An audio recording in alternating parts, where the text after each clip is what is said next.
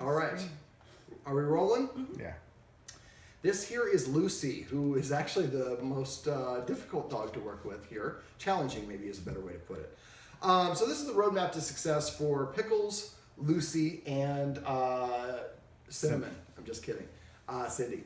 So these dogs really like to bark. And we spent a lot of time during the session going over rules and boundaries because I want the dogs to start identifying as being in a follower position. So I want to go through a lot of random thoughts here. We want to get the dogs used to moving around us. So if the dog is in our way and we're walking somewhere, we're not going to walk around them. We're going to walk through the dogs so they get used to deferring.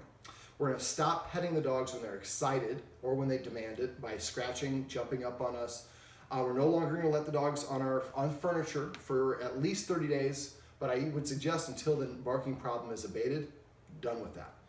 And then after that, they could be on the furniture with permission. For the bed, it should be only with permission and only for good behavior. She likes to growl when she's up on a higher position and another dog comes nearby. She does that, she has to immediately get down off of the bed over here, the human bed, because that's going to be an exception. We're going to start petting the dogs with a purpose instead of petting them because they look cute or because we want to. We're also going to, and we're going to try to, whenever possible, pet them under the chin so we can facilitate this nose-up orientation because a proud dog has his nose in the air. She's insecure. You see, she's fighting me on this a little bit. After a while, she won't. She'll feel better about herself. We're also going to use passive training. So every time the dog does a desired action or behavior, within 3 seconds, we're going to pet that dog. So if the dog comes to us, we're going to pet it and say, come. If it sits next to us, we're going to pet it and say, sit. If it lays down, we're going to pet it and say, down. We're not going to say good dog or good sit or good down, just the command word only. And we're not going to say sit or sit. We're going to say it the same way because dogs can hear inflection. We're going to start practicing before we get to the door exercise, we're going to use counter conditioning to stop the dogs from reacting when they hear the sounds of the neighbors walking up and down the stairs or someone knocking at the door. To do the counter conditioning, we're just going to pull out a treat. I would do it with her, but she's not very treat motivated when she's around people she doesn't like or doesn't know, maybe is a better way to put it. So what we would do is we would let the dog chew on the treat. While the chewing started, then the person is going to start knocking on the door or going up the stairs. And we want to do this at a lower level intensity. So we either are going to knock very lightly or we're going to move the dog further away from the stairs so that they can continue eating the treat while they hear the stimulus happening. Make sure that the second the knocking stops, the reward goes away. We want the dog to think, can we get some more knocking so I can eat more of a treat? So we're going to use the counter conditioning for anything that the dog has a problem with. Cindy has a problem with big trucks. She kind of cowers and wants to run away, or fight gets engaged. So what we would do is have her find an intersection where a lot of construction or trucks are going by, and we're going to have her eating the treat, and I can change the dog's orientation by holding the treat in different areas. Make sure she's looking at the truck, but so far away that she can be sitting and will take the treat. Now, you don't have to have a dog sit to counter condition. Somebody corrected me one time. I'm not saying you do it. That's my test. If the dog gets up or they don't want to take the treat, they're indicating to you that they're getting to their breaking point. And when you're doing counter conditioning, the last thing you want to do is have the dog react. So when the dog gets to the point where they don't want to take the treat, take note of how far away you are from the stimulus, and we call it a day. And then the next time we come back, if we're at 50 feet before, we start at 50 feet again, and we're going to progressively, gradually get closer and closer till the stimulus can be right here in front of the dog's nose, and they're fine with it. If you go to doggoneproblems.com and select the dog training tips, there'll be a search box on the right side. You can type in counter conditioning, all one word, and I have a bunch of videos that go through that. We're also going to claim the area around the door, and we're going to do that by using the escalating consequences, which were the things that I went through, nonverbal ways for the humans to disagree with the dogs. So the first thing we're going to do for consequences, we're going to hiss one time. And we're going to match the intensity of our hiss based on the intensity or the dog's energy level. And we're going to hiss only one time per incident. My hiss means no, don't do that, or most effectively, don't even think about doing that. Before we get to the consequences, when your dog has a problem with a behavior or an activity, recreate it. Do it in small individual steps. Help the dog practice each step at a time by itself. So we have that dog that knows what the behavior is. Sorry, I do talk for a while. All right, and the second consequence is we're going to abruptly stand up and turn to face the dog. We're going to keep pivoting until the dog is stationary. As soon as the dog is stationary, within 3 seconds, we're going to step back or sit down.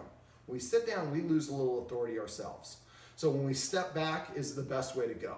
But when the dog stops and I take a step back immediately, it's a conversation. So So make sure you're doing it right away. And keep pivoting until that dog is stationary. Stand, sit, lie down, or leave the room completely beyond your line of sight. The third consequence is I stand up and I march directly at the dog. I keep marching at the dog until it turns sideways away from me or greater. And as soon as it does that, I stop in position. I go to the second consequence, and now I'm pivoting until that dog is stationary. And as soon as it's stationary, take a step backwards. Now, we're going to use the escalating consequences when we answer the door. We're going to practice, this is what I call a door exercise, and you can also search for door exercise on my website, and there's a lot of examples of this. So we're going to walk towards the door. We're going to pick the most excitable dog, which is probably going to be our little man Pickles over here. And we're going to walk towards Pickles until he's across the line. Then we're going to walk backwards to the door, get behind the other dog while our hips are facing Pickles, and then we're going to walk towards that second dog, keeping it in front of us so it gets back to where Pickles is. Then we're going to go back to the door and do the same thing for the third dog. I would recommend the guardians put down some painter's tape so the dogs know exactly where the line is. And practice the door exercise. So I would have you guys call or text each other before you're coming home. Don't jingle your keys or make any of the telltale signs as you come up here. But this way the person who's home can put everything aside. Don't be waiting at the door. Have the TV on. Act like you're doing normal things, but you're immediately able to get up and start addressing the door. I wanted you to do the door exercise at least once a day, but twice a day would be, or more would be preferred, every day for a week. Same thing with the counter conditioning. I'd like you to do that a couple times a day. Counter conditioning should be like 1 minute, very, very quick. But the more that we do the counter conditioning, then they have a positive association with the stomping of the stairs or knock at the door. And then when they see the humans are taking over the door, then they feel more comfortable with it. We're going to use, we're going to make sure that the dogs, we're going to use the martingale collar with a special twist of the leash. And we're not going to let the dogs walk in front of us out the door or on the walks. We're going to keep them next to us. We're going to assign a position. The dog's going to stay on our right side or left side. We're going to not let the dogs mark anywhere in the walk. We're going to let them go to a designated area at the end of the block to pee. Then we go on our walk, and we get 75% of it done with the walk. We have another place we let them urinate there as well. Ironically, we have 2 girls and a boy, and the boy does not mark, the girls do. Marking is a leadership position, so the more we can get the dogs to not do that, the better. Also sniffing. To say a dog can't sniff on a walk would be cruel, but if the dog is stopping to sniff something and I stop, then the dog set the tone of the walk. So for a structured walk, until these problems are going on, which is how I walk them at least most of the time, they can sniff as long as they want, but if they get to the point where they stop, I let them go dead and I keep walking and they're going to come along with me. They can't tell us where we're going on the walk, right? Let me see, we didn't talk about this during the session, but dogs eat in the order of their rank. So what I do is I feed the dogs I usually ask my clients a trick question, who should eat first? And they're all like, oh, this dog, that dog. No, the humans should eat first. So I put food in the bowls, and then the human eats first, and then I feed whoever is calmest next. That one dog gets to eat by himself or herself. The other dogs have to stay 10 feet away. Then when that dog is done and it walks away from their bowl, I pick up the bowl, I dump the empty bowl, food out of the bowl back in the bag, and I put the empty bowl back down. That dog can lick its bowl if it wants, but it cannot go to the other bowls. When it's done, it has to leave the feeding area. Then I call in the next calmest dog, and that dog gets 3 minutes to eat. As soon as it goes and addresses the bowl, it's on the clock. As soon as it walks away, whatever's in the bowl gets dumped out and put it back there. If they don't eat anything, they don't eat anything again until the next meal. I had my parents' dog went 4 days without eating, and she was as fat as she was fat. And but by the 4th day, when I put the food down, she came and ate everything.